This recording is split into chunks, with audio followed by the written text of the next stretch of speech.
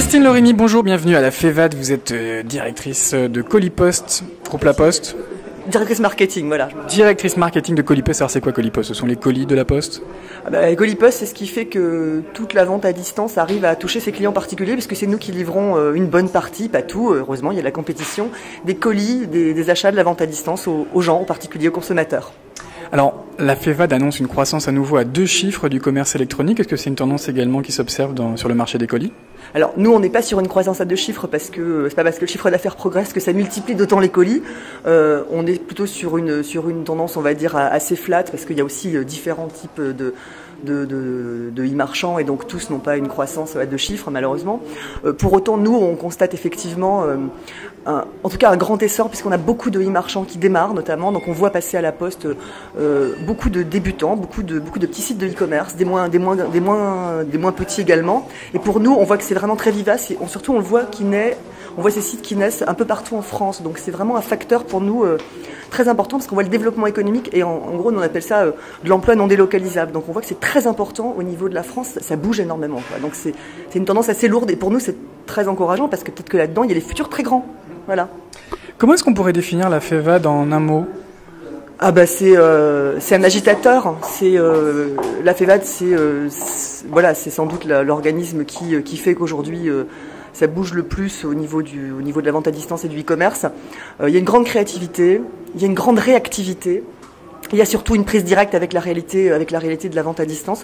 Et justement, c'est ce que disait aussi ce matin Marc, il n'y a pas que les très grands. Ça représente vraiment tout le monde. Et il y a aussi un gros travail qui est fait avec tous les gens qui débutent, qui innovent et qui entreprennent. Donc c'est vraiment le lieu de l'entreprise pour la vente à distance. Pour vous, quelles seraient les nouvelles frontières pour le secteur du commerce électronique? Vous parliez de ces jeunes entreprises, de ces auto-entrepreneurs peut-être. On voit aussi beaucoup d'innovations dans la technologie, le multimédia, le mobile, le social commerce. Pour vous, qu'est-ce qui attire le plus votre attention en ce moment? Nous, on est déjà très focalisés sur les freins à l'achat. Enfin, on commence par des choses très basiques, mais on constate en fait que la première barrière à faire tomber, après la carte bleue qui maintenant, on va dire, est rentrée dans les mœurs, c'est la livraison. Ce qui est anxiogène dans l'achat à distance, c'est le fait de pouvoir être livré. C'est-à-dire qu'on se pose la question au moment où on commande, est-ce qu'on sera chez soi à ce moment-là? À quel endroit je vais me faire livrer? Et on voit qu'il y a un truc tout bête à faire, c'est de multiplier les modes de livraison, de multiplier les solutions de livraison. Plus les gens achètent en ligne, plus ils mixent les modes de livraison, le domicile, le hors domicile, se faire livrer dans un magasin près de chez eux.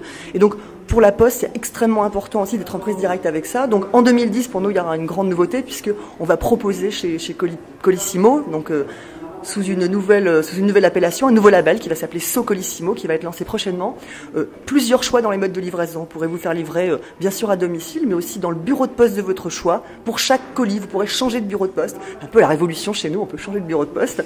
Mais également se faire livrer dans un magasin en bas de chez soi, un magasin de proximité, sur rendez-vous le soir sur Paris, et puis dans des Citissimo, des consignes ouvertes 24 heures sur 24. Donc, il y a une barrière toute bête, c'est d'optimiser les modes de livraison et d'en offrir de plus en plus aux gens pour qu'ils commandent plus.